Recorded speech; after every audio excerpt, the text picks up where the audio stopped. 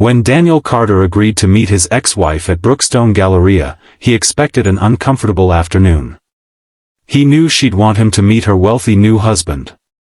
He expected expensive suits, luxury watches, a few subtle comments about success. What he didn't expect was that the quiet man shaking his hand already knew exactly who Daniel was. And neither Daniel nor his ex-wife had any idea that the man standing in front of them wasn't just another successful businessman. He owned the entire mall.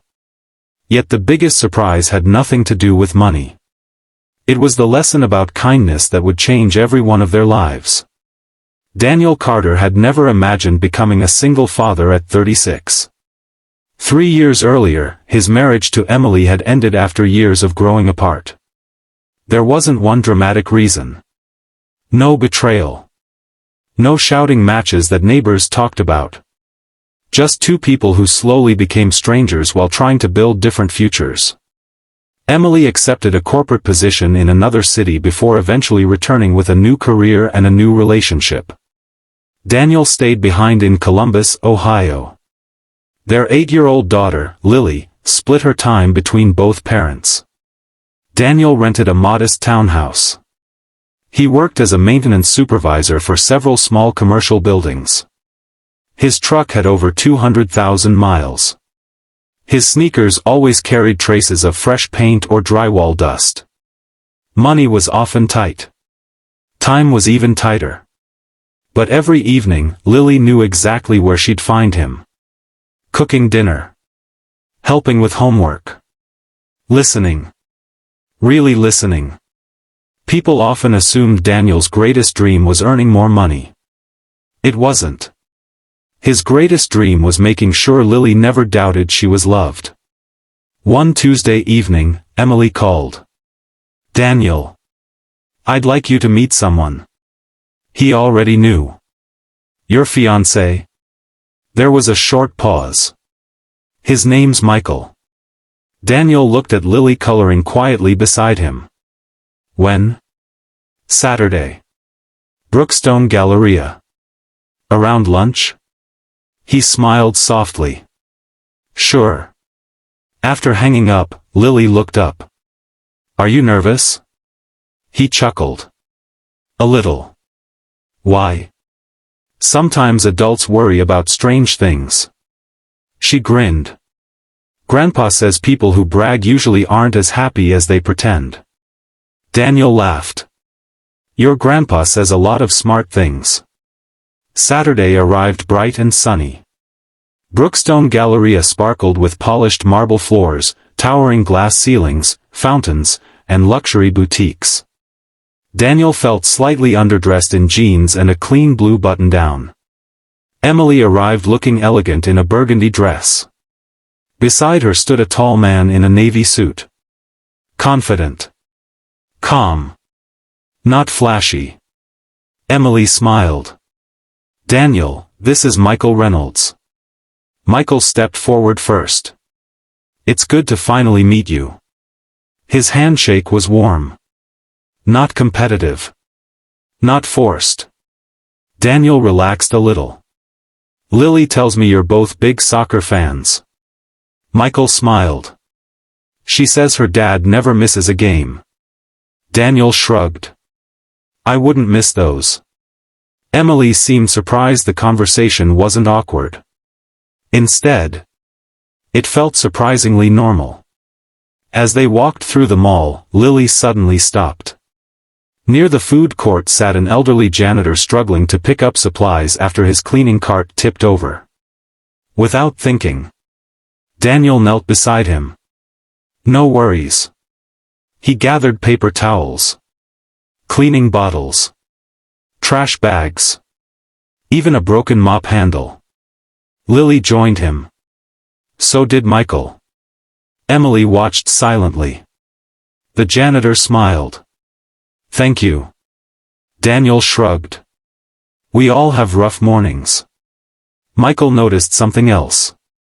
Daniel wasn't helping because anyone was watching. He was helping because someone needed it. They chose a quiet cafe overlooking the indoor fountain. Conversation stayed focused on Lily. School. Science projects. Favorite books. Soccer tournaments. Then Emily casually asked, "So, how's work?" Daniel smiled. "Busy." "What exactly do you do now?" "I supervise maintenance for several older office buildings." Emily nodded politely. Michael looked genuinely interested. "What do you enjoy most?" Daniel thought for a second. "Fixing problems people don't notice." Michael smiled. "Those are usually the most important jobs." Daniel laughed. "I've never heard anyone describe maintenance that way." "It's true." Emily noticed something unexpected. Michael seemed fascinated by Daniel. Lunch ended. As Daniel reached into his pocket, his expression changed. His wallet was gone. He checked every pocket. Nothing. Emily sighed. "Oh no." Daniel looked embarrassed. "I must have dropped it." Without hesitation, Michael paid the bill. "It's fine. I'll pay you back." Michael smiled. "I know you will." They searched everywhere. No wallet. Daniel apologized repeatedly. Emily quietly whispered, "You don't have to feel embarrassed." "I know. But Lily notices everything." Sure enough. Lily gently slipped her hand into his. "It's okay, Dad." Those 4 words meant more than any paycheck. 20 minutes later. Mall security called. Someone had turned in Daniel's wallet. Nothing missing. Not a single dollar. The security officer smiled. "Happens less often than we'd like." Daniel asked, "Who found it?" The officer pointed toward a young cashier from a small pretzel stand. She looked nervous. Daniel walked over. "You found my wallet?"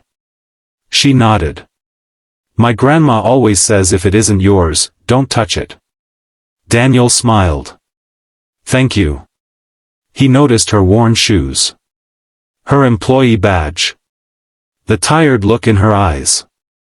Instead of offering cash, he bought lunch for her entire shift. "Please let me do one nice thing back." She nearly cried.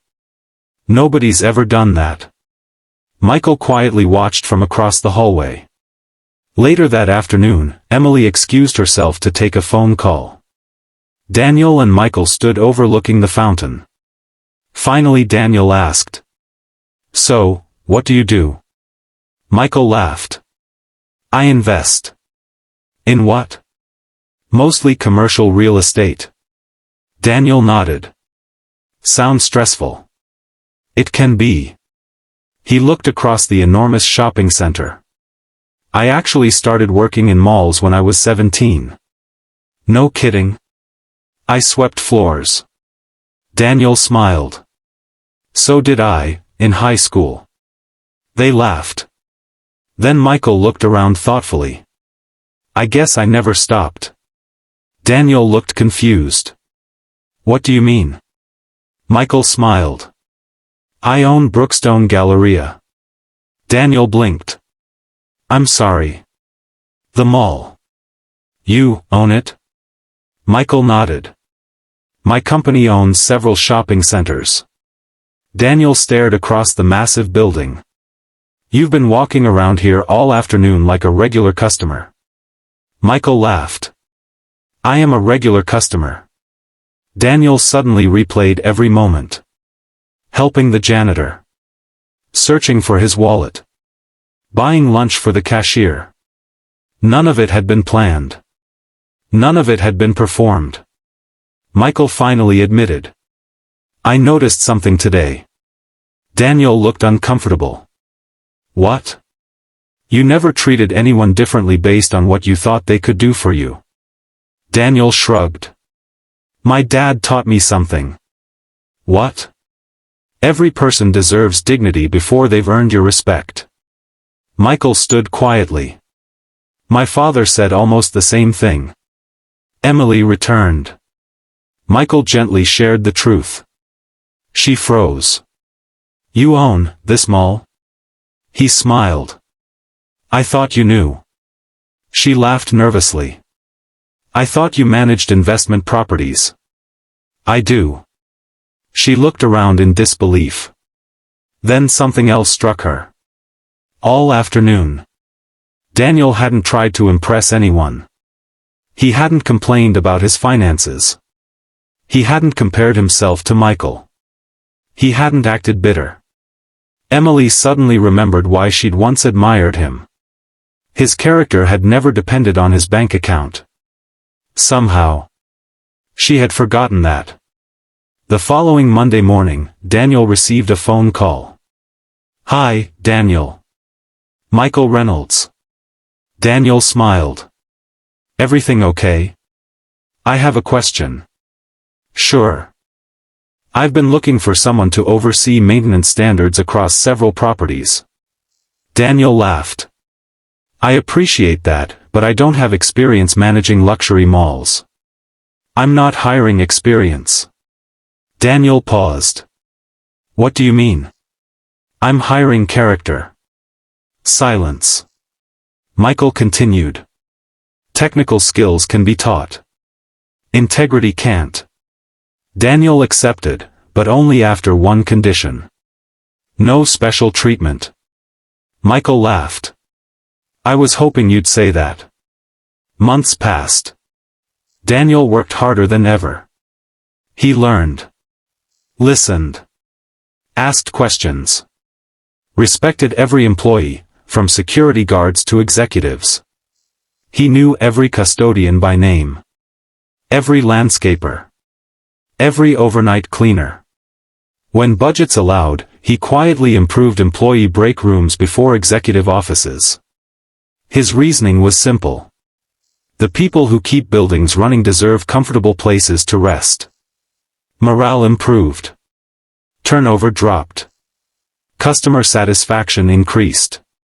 But Daniel never claimed credit. He simply kept showing up. One evening Lily walked beside her father through the mall after work. Employees smiled. Waved. Some stopped just to say hello. Lily asked, How do you know everybody? Daniel smiled. I try. She thought for a moment. I think people like you. He shook his head. I hope people feel respected. Isn't that the same thing? Daniel smiled. Not always. She looked around at the cleaners polishing floors. The gardeners watering flowers. The security guards greeting families. Then she quietly said, I think Grandpa was right. About what? The richest people aren't always the ones with the most money. Nearly a year after that first uncomfortable meeting, all four of them attended Lily's elementary school kindness celebration. Each student had written about someone who inspired them. Lily walked confidently onto the stage. She unfolded her paper. My hero is my dad. Daniel immediately looked down. Embarrassed. She continued. He fixes things. Not just buildings. He fixes bad days. He helps people when nobody's watching. He says everyone matters. And because of him, I want to become someone who notices people who feel invisible. The auditorium became completely silent. Even Michael wiped away a tear. Emily smiled through misty eyes.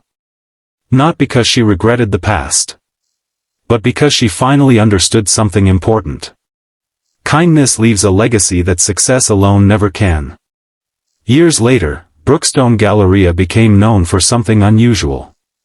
Employees stayed longer. Customers felt welcomed. Community events filled empty spaces with local artists, school choirs, and non-profit fundraisers. Visitors often complimented the beautiful stores. The sparkling fountains.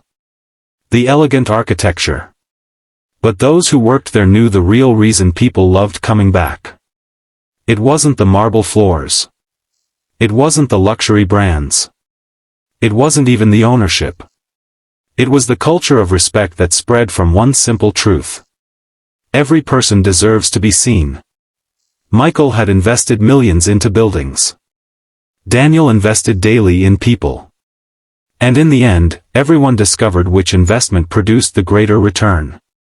Because money can build a mall.